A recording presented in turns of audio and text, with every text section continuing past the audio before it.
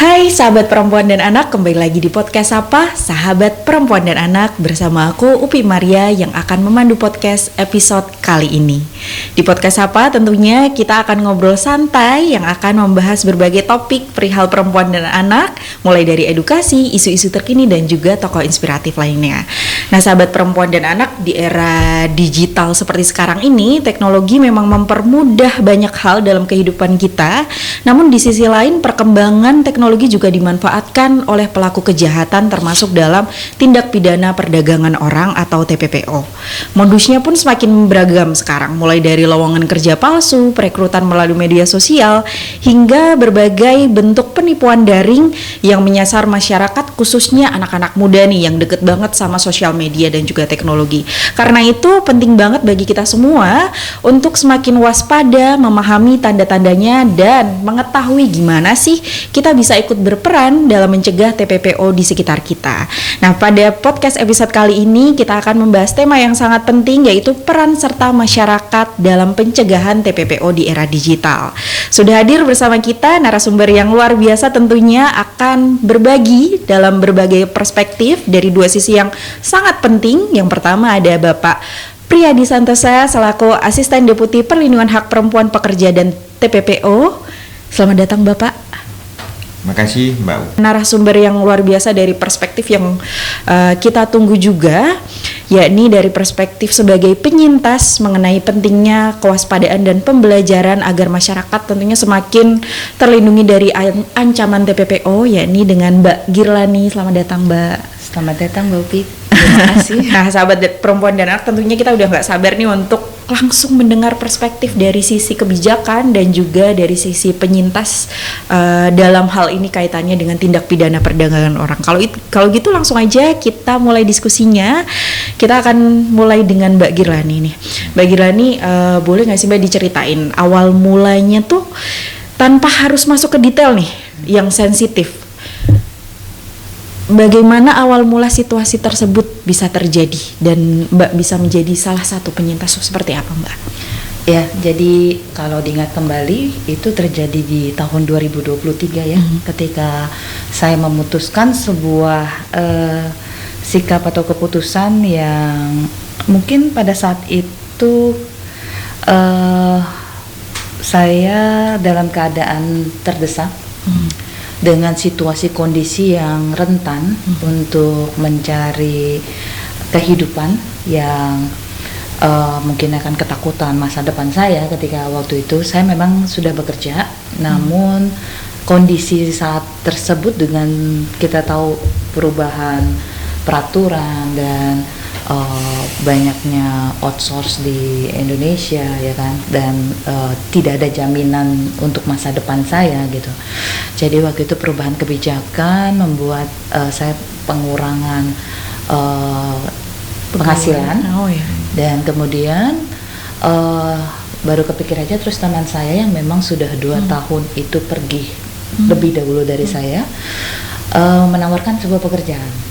Jadi dengan kerentanan itu saya tidak pernah berpikir kalau ini sebuah jebakan untuk diperjualbelikan, karena saya juga pada saat waktu tersebut kan TPPO belum terlalu banyak sekali ya di tahun 2023, dan saya juga kurang memahami apa itu TPPO. Jadi saya berpikir kalau di dunia kita kerja itu kan, kalau kita dibilang tuh ada koneksi, otomatis kan mungkin mudah ya untuk masuk kerja ya kan, karena sudah mengenal lah gitu kan ya. Jadi saya nggak terlalu mengalami kesulitan untuk mendapatkan pekerjaan itu, karena saya berpikir teman saya sudah 2 tahun lebih dulu di sana dan mungkin sudah membicarakannya kepada pihak perusahaan ya. Jadi waktu itu ditawarkannya sih mau kerja nggak, maksudnya di bagian investasi, karena dia sebelumnya tahu memang saya bagian marketing pemasaran untuk investasi seperti itu di, ya saya nggak bisa sebutkan di perusahaannya ya. Jadi kemudian ya kita sempat tawar gaji, negosiasi masa salary seperti interview biasa aja. Saya nggak video call ya, by phone dari atasannya dia gitu kan, dan nego gaji, fasilitas. Kan saya menganggap itu sebetulnya kalau kita di Indonesia dengan peraturan yang baik, sesuai ya, tidak ada oknum yang bermain di dalam pekerjaan atau yang lain-lain ya, itu kita bisa menghasilkan sesuatu yang juga sama seperti di luar negeri sebetulnya gitu kan.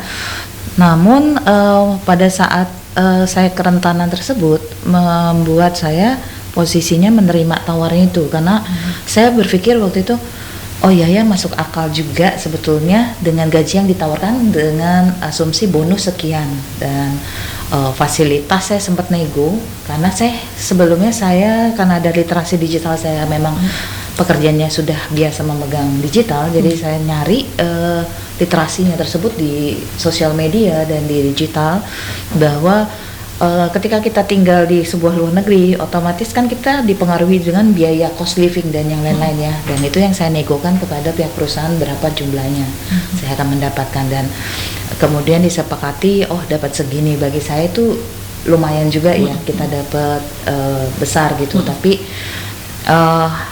saya tanyakan masalah kontrak kerja, saya dapat visanya apa, visa kerja atau ini. Kan kalau di dunia kami udah biasa kayak teman saya untuk pergi nggak lewat BP2MI, lewat B2B ya. Jadi kalau misalnya kita sudah dapat rekomendasi di sana B2B kan otomatis mudah ya, setahu aku ya, referensi kan. Jadi saya cuman cek tuh di website bahwa peruntukan waktu itu saya di negara Filipina ya. Saya lihat di laman website bahwa memang visa kerja tuh boleh diurus setelah 60 hari di sana. Jadi saya nggak pernah berpikir yang aneh-aneh. Cuman saya memang lihat waktu saat itu literasi negara Manila itu adalah negara konflik saudara yang banyak perampokan, rob gitu kan, bahwa mereka dipersenjatai senjata api. Itu yang saya lihat di literasi digital. Tapi belum curiga waktu itu? Saya tidak terlalu curiga karena kan di waktu itu literasi digital belum ada campaign untuk perdagangan orang ya. Cuman waktu itu kembalian dari Kamboja 90 orang itu. Nah itu saya belum dapatkan ketika saya belum karena saya bukan tipikal yang update di sosial media karena saya kerja kan. Jadi saya hanya memang kalau melihat yang penting-penting saya cek di website gitu kan, bahwa benar nggak nih, langsung laman di kedutaannya bahwa memang 60 hari visa kerja itu akan bisa diurus ketika kita sampai di sana. Ya kan, kalau di kayak Australia atau lain-lain beda ya, tapi karena Asia kan dia punya kesepakatan. Nah kemudian saya percaya sama teman saya, dia bilang nanti dia diurus di sana. Terus yang saya cuman curiga gini, kenapa saya harus pergi ke Bali dulu gitu. Saya bilang kan saya dari Jakarta, maksudnya saya pun sudah biasa pergi ke luar negeri ya untuk holiday dulu gitu kan ya. Kenapa harus saya lewat Bali untuk ke Manila? Saya bilang, kenapa nggak Jakarta langsung aja ke Manila? Dia bilang di sini lagi rawan, dia bilang gitu aja kan. Tapi saya nggak nanya lebih detail kan. Ya udahlah, karena saya berpikir waktu itu rentan, saya butuh pekerjaan yang untuk mengcover. Jadi saya putuskan aja kan cepat ya. Ya udah oke, ke Bali dulu. Habis dari Bali terus ke Manila, dia bilang nanti kamu masuk aja ke direct VIP line gitu, bahasanya mereka. Terus udah saya jemput, pas sampai di sana masalah kontrak kerja, paspor saya diminta karena alasannya untuk mengurus visa kerja saya itu. Jadi saya kasih ya. Nah di sana baru dia kasih saya kontrak kerja. Pas kontrak kerja saya baca semua dengan bahasanya, bahasa asing lah ya. Saya nggak perlu mention bahasa apa. Kemudian saya translate cukup lama, terus lihat, saya cuma bilang, ini kok kontrak kerjanya aneh ya. Kalau saya berpikir dengan situasi gedung yang seperti ini, kita masuk tidak boleh keluar. Situasi gedungnya seperti itu, jadi gedungnya sih bagus ya Mbak, CBD. Jadi hanya kita masuk itu satu one way aja gitu. Dan fasilitas sih semua ada di gedung itu. Selama kita bisa kerja, kita bisa menikmati fasilitas itu gitu. Namun yang saya analis selama saya 2 bulan di sana, ketika saya baru mengetahui bahwa itu diperdagangkan, saya melihat realitanya di sana. Kalau tidak mencapai target, itu akan ada punishment, ada beberapa setruman listrik, dan bahkan ke dokter itu nggak boleh di luar. Dokternya disiapkan di semua di situ. Nah disiapkan, mereka kerja pakai IV drip aja, mereka kerja karena supaya nggak dipotong uangnya gitu. Nah Kemudian saya masuk situ, saya juga nggak tahu ternyata pekerjaan job desk-nya itu scamming, menipu orang. Dan itu saya sempat komplain, maksudnya sama teman saya, boleh nggak saya minta pulang balikin paspor. Dia bilang gak bisa, kan kamu ongkos tiket kemari udah dibayari oleh perusahaan gitu kan. Nah otomatis kamu harus ganti. Oke, saya bilang saya ngalah aja, saya bilang gantinya berapa, dan ganti mereka kasih harga melebihi dari harga tiket pesawat yang pertama. Saya tanya kenapa mahal sih, saya bilang kan, saya bingung. Ya nggak tahu, memang dari perusahaannya harus gitu, karena kan kamu ada denda gini. Saya bilang kan kamu tidak mention pas pertama saya untuk denda, saya bilang gitu kan. Tapi mengingat situasi di sana, kayaknya saya nggak bisa untuk berargumen lebih kepada mereka, karena saya ngelihat situasinya bisa mengancam nyawa juga dengan segala kekerasan di sana. Jadi saya ikutin aja, saya bilang boleh nggak, ya udah saya bayar, saya bilang, tapi saya boleh pulang nggak gitu kan. Ya udah tunggu dulu dari perusahaan, dia bilang gitu kan. Terus aku pikir ya udah, kita dapat dari gaji, bayarin aja deh itu kan. Ternyata karena kita bisa kerja, ya puji Tuhannya saya nggak mendapatkan punishment, karena saya bisa target yang diberikan perusahaan, kita tim itu bisa nyampe meski tidak sehat. Yes, meskipun hati nurani itu tiap hari nangis, Mbak. Ya kan, karena kita tahu diajarkannya itu jahat sekali, memang goalnya itu ini gitu kan. Jadi ya untuk bertahan hidup ya kami lakukan gitu kan. Nah, saya masih bersyukur lagi kalau orang, ya kalau kita bilang orang Indonesia itu ya banyak bersyukurnya ya. Jadi bersyukur saya masih satu grup yang bisa boleh keluar ketika saya dapat target kita. Nah, satu hari kita keluar itu saya ke gereja biasanya. Kalau teman-teman saya mungkin saya nggak tahu kemana, tapi saya pergi ke gereja, ya saya untuk berdoa, untuk menenangin batin saya aja. Dan di lain divisi itu nggak boleh keluar. Saya di situ mempelajari bagaimana mungkin orang ini tidak akan adiktif. Hidup 1 tahun tidak boleh kemana-mana secara psikologi. Terus mereka diajarkan setiap hari menipu, tidak boleh istirahat, jam kerja yang panjang kalau mereka nggak mencapai target yang diberikannya itu fantastis bagi anak-anak yang usia 18 tahun atau tidak punya pengalaman, ya kan. Di situ saya melihat banyak orang Indonesia, banyak orang warga negara lain, dan di gedung itu juga banyak sekali gitu ya hal-hal yang menurut saya tempat itu seperti lebih buruk dari penjara kalau menurut saya. Kalau penjara kita masih ada sipirnya ya, yang memperingatkan bahwa ini salah ini kan. Kok di sana enggak? Makanya kalau misalnya kita lihat di berita tuh banyak orang meninggal pulang, ya itu karena mereka di sana hidupnya violence, seperti jungle ya, hutan, harus bertahan hidup. Misalnya hukumannya itu udah bukan hukuman yang kamu dibilangin gini-gini, enggak, langsung aniaya. Jadi itu sebabnya kepulangan korban itu cukup tinggi dengan kematian. Jadi segala sesuatu yang diselesaikan di sana itu adalah punishment berupa kekerasan. Jadi saya melihat di situ, saya cuma bilang saya bersyukur banget Tuhan itu selalu melindungi. Dan waktu itu saya putuskan, saya nego paspor juga nggak diberikan. Akhirnya saya putuskan untuk melarikan diri, karena setelah saya pelajari dari website bahwa ini perdagangan orang. Dari yang saya amati, kemudian saya melarikan diri, saya pergi ke Biara di sana dibantu teman saya tali takum.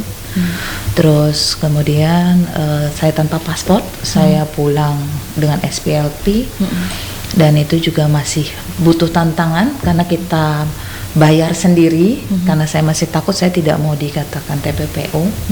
Jadi karena kan kita harus menghadapi sidang yang menurut saya itu panjang banget ya. Jadi saya pikir udahlah, saya nggak mau pusing, saya mau hidup aja, nyari duit gitu kan ya. Jadi and then setelah saya pulang, itu pun masih ada kesulitan kita dengan debt, utang dan yang lain-lain ya. Itu yang membuat ya masa-masa itu masa harus dengan penuh perjuangan, Mbak. Ya. Makasih banyak nih Mbak Girlani. ceritanya yang luar biasa banget. Saya yakin teman-teman di sini pasti akan jauh lebih aware lagi mendengarkan dengan seksama tentunya bagaimana pengalaman Mbak Girla nih. Nah, Pak Pri, tadi kita udah denger nih betapa kompleksnya dari perjalanannya dari perekrutan, masa pekerjaan tentunya dengan violence yang luar biasa sampai akhirnya bahkan perjuangan untuk keluar dari perusahaan, maksudnya dari TPPO pun cukup sulit gitu. Nah, Pak Pri, di era digital sekarang tentunya apa saja sih Pak menyikapi sebagai dari sisi pemerintah, apa saja yang perlu diwaspadai masyarakat dalam TPPO ini terutama di era digital? Ya, terima kasih Mbak Girlani dan juga Mbak Upi. Tadi saya pun menyimak betul ya. Jadi Mbak Girlani yang notabene pendidikannya udah dan pengalamannya menurut saya sudah oke, itu aja masih bisa kejebak gitu. Betul. Jadi apalagi masyarakat umum yang mungkin banyak sekali ya yang memang membutuhkan pekerjaan itu tanpa berpikir panjang.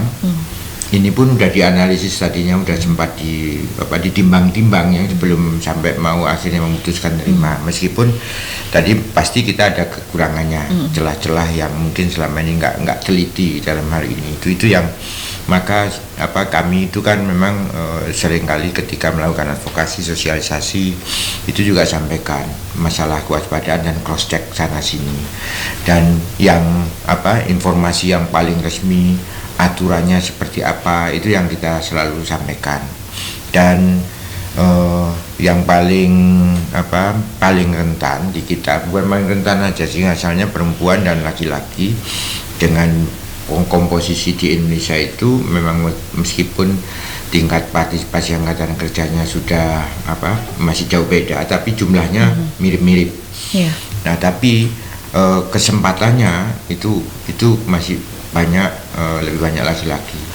Nah, perempuan agak sulit masuk di dunia kerja di Indonesia. Akhirnya terutama yang mereka memang gak punya skill. Jadi untuk mudah supaya gampang dapat penghasilan, maka tawaran luar negeri adalah pilihan. Itu akhirnya itu yang mereka menjatuhkan pilihan, apalagi teman-teman atau warga kita yang ada di desa, kemudian juga di kota-kota yang memang lapangan pekerjaan sempit, itu mereka akhirnya ini yang paling gampang gitu. Jadi itu yang kenapa kita harus benar-benar waspada, tidak mudah tergiur, tidak mudah dengan meskipun sosialisasi sudah banyak, sebenarnya banyak. Jadi kita memang harus update masalah informasi-informasi macam ini sehingga kita nggak mudah kejebak.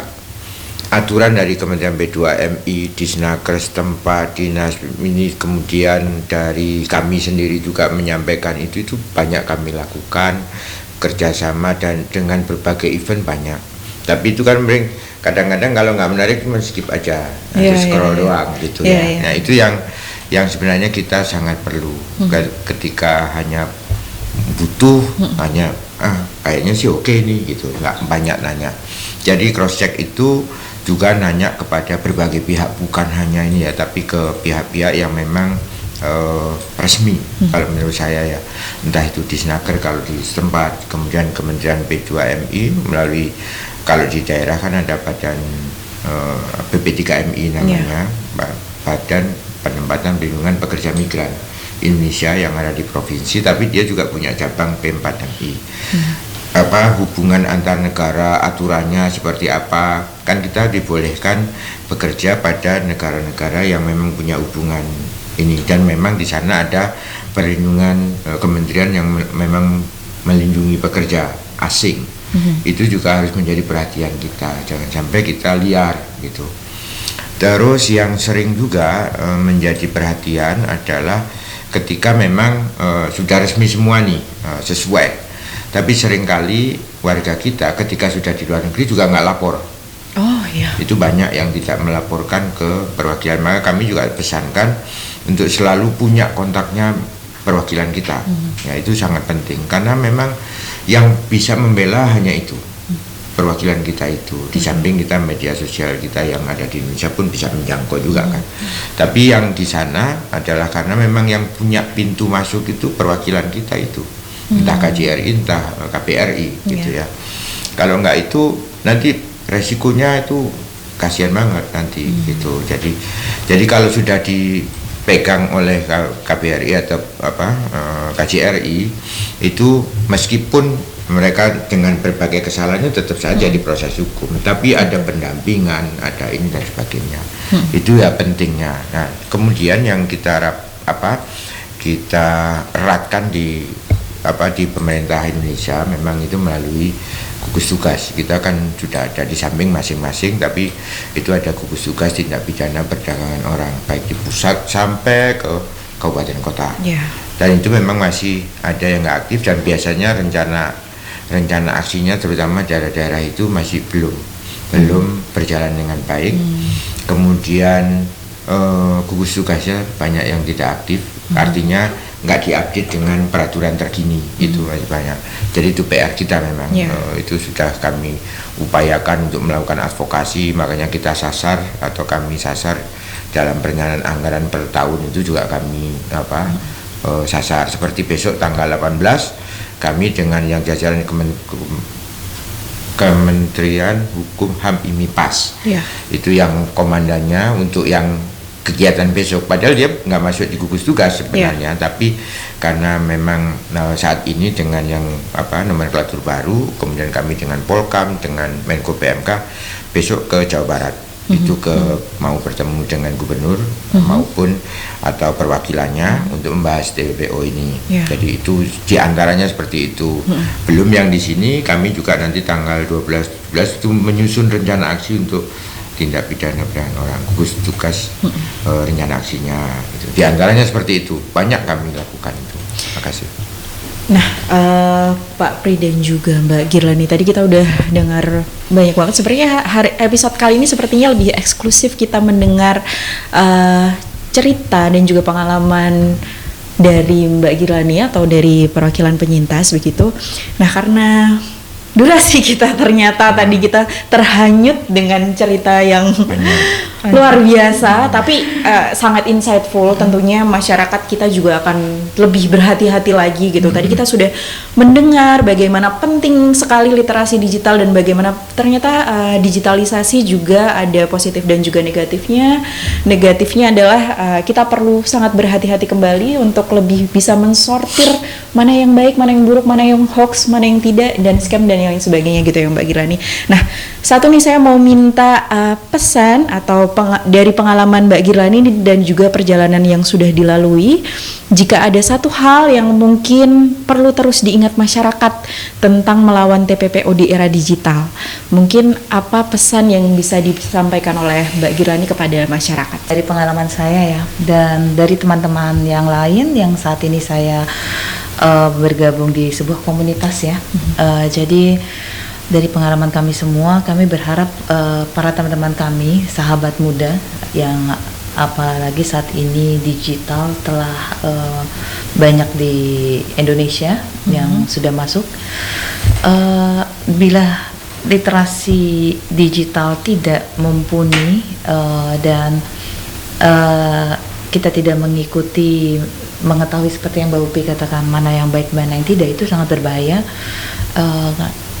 Jadi berhati-hatilah untuk memutuskan sesuatu pergi di dalam situasi pikiran yang rentan, karena segala keputusan yang kita ambil pada saat memutuskan di kerentanan kita, tentunya untuk mencari literasi yang lebih cukup di era digital ini mungkin ada yang bisa terlewatkan.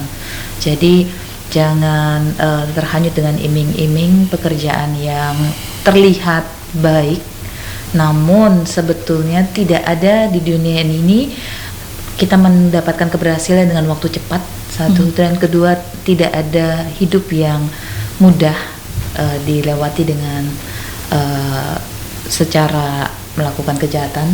Jadi lebih baik mengikuti peraturan saja dan tetap menjaga eksis mengikuti proses, Ya. karena tidak ada sesuatu yang didapatkan secara instan. Betul. Setuju, terima kasih banyak Mbak Girlani. Nah, selanjutnya kami mau mendengar dari perspektif pemerintah tentunya, Pak Pri. Mungkin jika ada satu hal yang perlu diingat masyarakat dalam melawan TPPO khususnya di era digital ini, pesan apa yang ingin Bapak sampaikan kepada masyarakat? Masyarakat kalau untuk mau meningkatkan di dalam hal untuk mengakses ke tempat kerja, itu saya betul-betul sarankan untuk kita peduli dan mau tahu. Itu yang paling utama. Jadi begitu ada tawaran tadi kita benar-benar cek betul ya, cross check sana sini. Lembaga pemerintah kan banyak, jadi itu, dan yang dekat mana itu yang harus kita percaya, yakin itu. Jadi jangan percaya sama yang di luar itu yang akhirnya menjebak. Kemudian kalau sudah terjadi harus berani lapor. Itu yang paling penting. Jadi apapun kita tadi proses misalnya bekerja, berdokumen dan sebagainya itu kalau bisa kita record, kita rekam identitasnya, bukan identitas bukti-bukti, sebagai bukti-bukti suatu saat misalnya terjadi apa-apa itu menjadi bukti penguat kita gitu. Jadi karena memang sekarang sangat rentan ya dalam hal ini gitu. Jadi tadi kita dengar betul ceritanya Mbak Girlani tadi, bagaimana seperti di sana kayak apa, itu kan menjadi pelajaran betul bagi kita. Jadi ini saya harapkan masyarakat kita supaya bila memang sudah terjadi berani melapor, dan juga tapi tentu lapor-lapor itu bukan lapor kepada temannya sendiri, tapi minta penguatan yang benar-benar bisa dipercaya untuk bisa lapor, mencari tahu kemana lapor. Dan itu kan kita ada Sapa 129, ada juga kemudian P2MI juga punya hotline-nya, Polri juga punya hotline-nya. Jadi banyak sebenarnya kanal-kanal yang harus kita, bahkan di luar negeri pun itu tadi perwakilan KJRI atau KBRI itu yang ada di negara tujuan kita, itu juga harus kita tahu kontaknya. Jadi itu karena kita itu pelindung kita itu. Jadi jangan sampai nggak mau kita itu perampok di sana pun itu akan dilindungi oleh negara kita ya, meskipun nanti diproses hukum gitu ya. Tapi intinya itu adalah pintu utama kita untuk melindungi diri adalah KBRI maupun KJRI yang ada di luar negeri. Jadi itu jangan sampai kita udah di sana nggak mau tahu, tapi begitu ada resiko baru nanti kebingungan sendiri atau bahkan menghadapi resiko yang lebih berat gitu. Dan harus prosedur sebaiknya prosedur benar-benar resmi, pastikan kita dijamin perlindungannya seperti apa ya. Kemudian kesehatan juga kita pastikan seperti apa, karena kalau itu dimanipulasi, begitu ternyata kita ilegal di sana nggak dapat tuh akses kesehatan apapun, yang tadinya banyak akhirnya korban banyak meninggal segala macam itu ya karena kita statusnya yang tidak jelas tadi. Visa wisata dipakai untuk visa kerja, maksudnya untuk kerja gitu ya, dan itu banyak, bukan hanya itu ya, visa lainnya juga sangat mungkin dipakai gitu. Jadi ini yang kami wanti-wanti betul pada masyarakat untuk jangan seperti itu, pakailah prosedur yang benar-benar resmi. Terima kasih. Terima kasih sekali lagi Pak Priyadi dan juga Mbak Girlani, luar biasa, sangat insightful, dan tentunya sahabat perempuan dan anak bisa mengambil pelajaran yang luar biasa dari pengalaman langsung dari Mbak Girlani. Nah, tentunya TPPO ini bisa terjadi kepada siapa saja, bahkan kepada kita, bahkan kepada Mbak Girlani yang bahkan sangat teredukasi sebetulnya ya Mbak ya, melakukan riset dan yang lain sebagainya, itu pun tidak menutup kemungkinan untuk kita juga bisa menjadi korban TPPO. Sekali lagi terima kasih Pak Pri dan juga Mbak Girlani, sahabat perempuan dan anak. Dari diskusi kita hari ini, satu hal yang penting untuk kita ingat bersama adalah bahwa pencegahan TPPO bukan hanya tugas pemerintah atau aparat penegak hukum, tetapi menjadi tanggung jawab kita semua sebagai masyarakat. Nah, di era digital ini, kewaspadaan menjadi semakin penting, lebih kritis terhadap tawaran kerja, lebih bijak menggunakan media sosial, dan lebih peduli ketika melihat tanda-tanda yang mencurigakan di sekitar kita. Karena satu langkah kecil berupa kehati-hatian, verifikasi informasi, atau bahkan keberanian untuk melapor seperti yang disampaikan oleh Pak Pri tadi, bisa menjadi upaya besar untuk mencegah seseorang menjadi korban TPPO. Mari bersama menciptakan ruang digital yang aman dan ikut ambil bagian tentunya dalam melawan tindak pidana perdagangan orang. Sahabat perempuan dan anak, sekali lagi gak bosen-bosen nih kita untuk terus ngingetin kalian semua. Jangan ragu untuk terus pick up tentang pemikiran kita. Jangan ragu untuk mengambil peran. Jika kamu melihat, mendengar, atau bahkan mengalami kekerasan, langsung saja hubungi call center kita di Sapa 129 atau melalui WhatsApp di 08 111 129 129. Saya Upi Maria pamit undur diri. Terus ikuti channel Kementerian Pemberdayaan Perempuan dan Perlindungan Anak dan ikuti episode podcast Sapa berikutnya. Perempuan berdaya, anak terlindungi menuju Indonesia Emas 2045. Sampai jumpa.